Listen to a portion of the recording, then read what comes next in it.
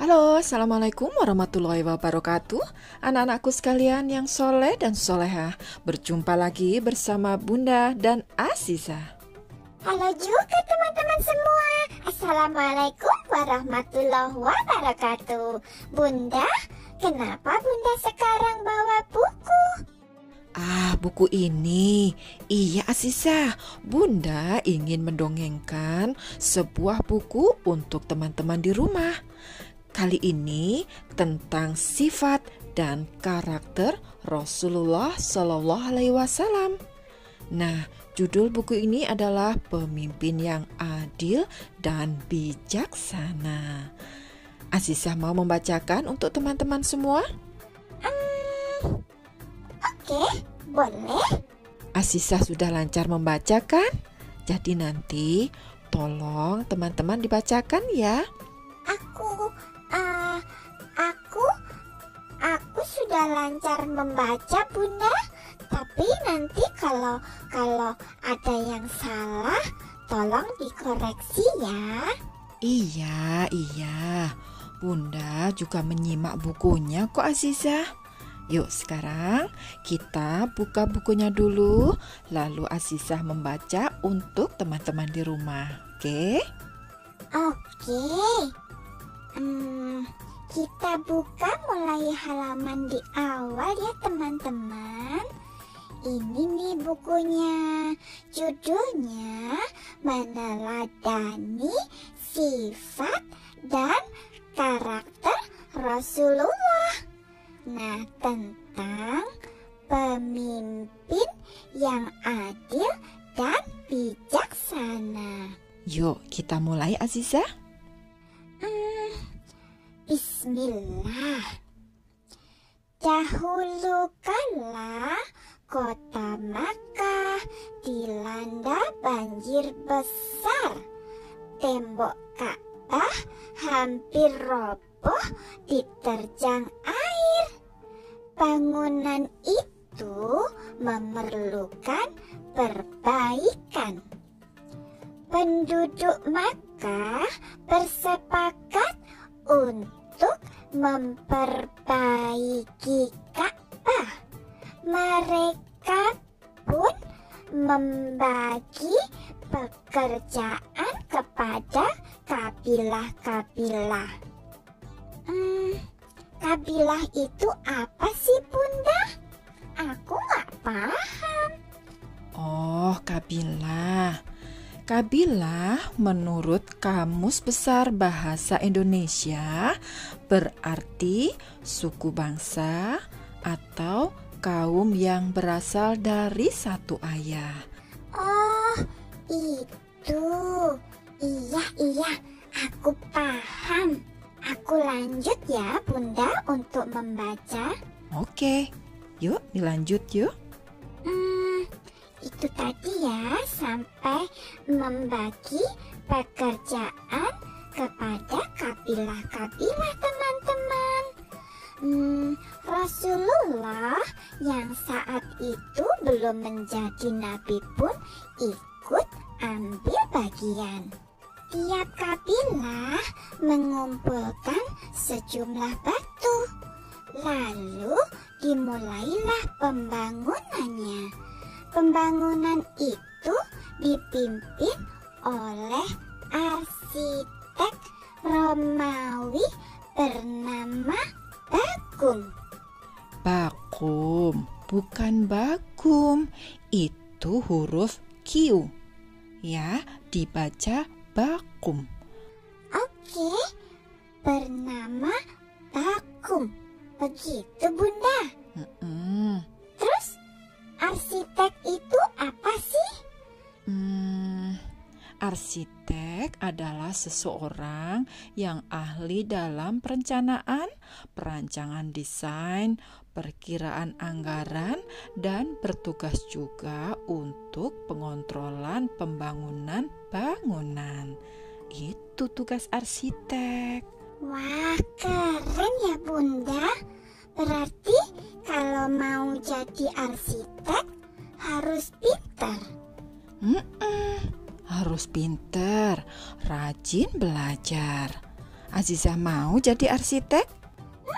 Mau Bunda, aku mau.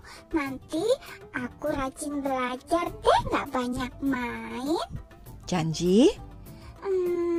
Janji. Ayo gimana kalau janji? Insya? Insya Allah. Iya, anak pinter soleha. Yuk kita lanjut lagi membaca bukunya. Ayo. Nah, pembangunan itu dipimpin oleh arsitek Romawi bernama Bakum. Mereka bekerja dengan sangat giat. Tak butuh waktu lama, Ka'bah sudah selesai direnovasi. Semua takjub menatap bangunan itu. Mereka bersyukur telah berhasil membangun kembali Ka'bah. Namun masih ada yang kurang. Batu Hajar Aswad belum terpasang di tempatnya. Hajar Aswad adalah simbol kemuliaan. Tidak boleh sembarangan orang yang memasangkannya. Semua kabilah merasa berhak memasangkan batu istimewa itu. Maka terjadilah pertengkaran. Kamilah yang berhak memasangkan batu itu. Kami kabilah terbesar di sini, teriak para pembesar Quraisy. Tidak, kamilah yang berhak, seru pemuka kabilah yang lain. Pertengkaran itu terus berlanjut, teman-teman. Masing-masing kabilah tidak mau mengalah. Itu terjadi selama beberapa hari. Hampir saja terjadi perang loh di antara mereka. Beruntung Abu Umayyah bin Al-Mughirah, seorang tokoh di antara mereka, bertindak cepat. Dia mengusulkan penyelesaian. Siapapun yang besok datang paling awal, dialah yang akan menjadi penengah. Semua pemuka kabilah setuju akan usulan itu. Maka apa, Azizah? Maka Azizah capek, Bunda. Bunda terusin ya. Oh, capek. Oke, Bunda terusin ya. Maka seluruh penduduk menunggu hingga pagi menjelang. Mereka bertanya-tanya siapakah yang akan datang pertama kali dan menjadi penengah di antara mereka. Keesokan paginya, Allah Subhanahu wa Ta'ala mentakdirkan Rasulullah datang paling awal. Beliau memang terbiasa bangun pagi dan beribadah kepada Allah, bahkan sebelum fajar menjelang. Beliau selalu berdoa dan memohon perlindungan Allah. Inilah Al-Amin, kami rela, inilah Muhammad, teriak seseorang. Semua kabilah setuju Muhammad yang menjadi penengah. Saat itu beliau memang bukanlah seorang pemimpin kabilah, tapi beliau dikenal sebagai orang terhormat, jujur, dan dapat dipercaya. Setelah mendengar cerita mereka, Nabi Muhammad yang cerdas dan bijaksana memiliki rencana yang luar biasa. Beliau membentangkan selendang dan meletakkan Hajar Aswad di atasnya. Kemudian beliau memanggil semua pemimpin kabilah. Beliau meminta mereka memegang setiap ujung selendangnya. Bersama-sama mereka meletakkan batu itu di tempatnya. Setelah itu, semua pemimpin kabilah tersenyum bahagia. Mereka puas dengan keputusan itu. Mereka pun saling berjabat tangan, semua berterima kasih kepada Rasulullah. Berkat ide beliau, pertikaian berubah jadi persaudaraan.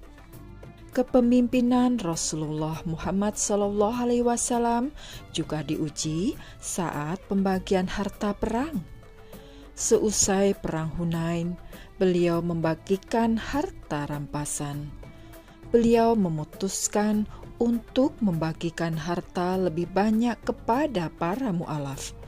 Hal ini agar makin kokoh keimanan mereka dan menghilangkan kebencian di hati mereka terhadap Islam. Kaum Muhajirin pun mendapatkan bagian, sedangkan kaum Ansor hanya mendapatkan sedikit. Sehingga mereka merasa keberatan dan Rasulullah mendengar keluh kesah mereka. Beliau pun memanggil mereka dan menyatakan alasannya. Kaum Ansor akhirnya paham dan mereka semua menangis. Kami ridha dengan pembagian yang diberikan Rasulullah. Sungguh, Rasulullah SAW memang seorang pemimpin yang adil dan bijaksana.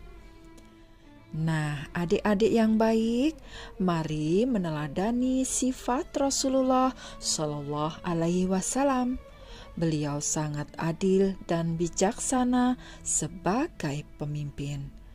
Beliau mampu menyelesaikan masalah yang besar.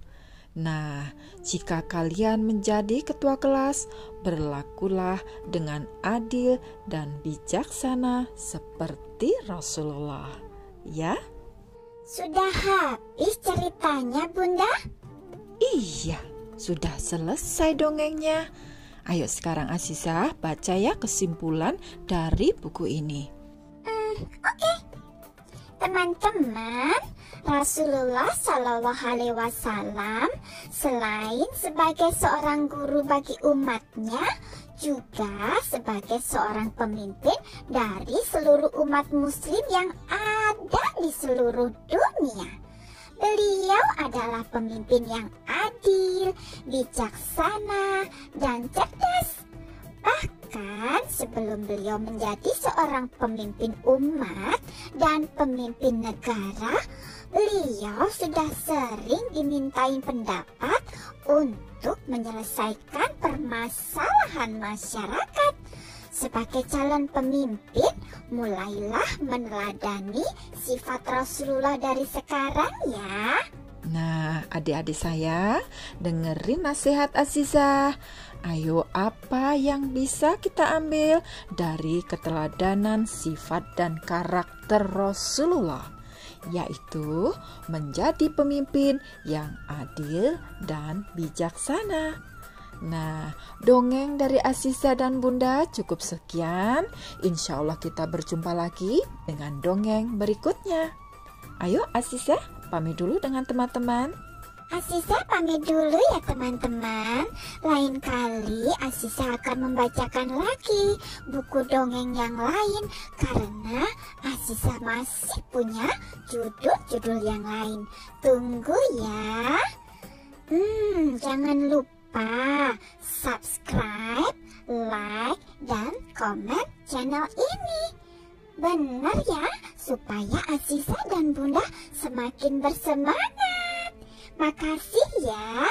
Assalamualaikum warahmatullahi wabarakatuh. Dadah.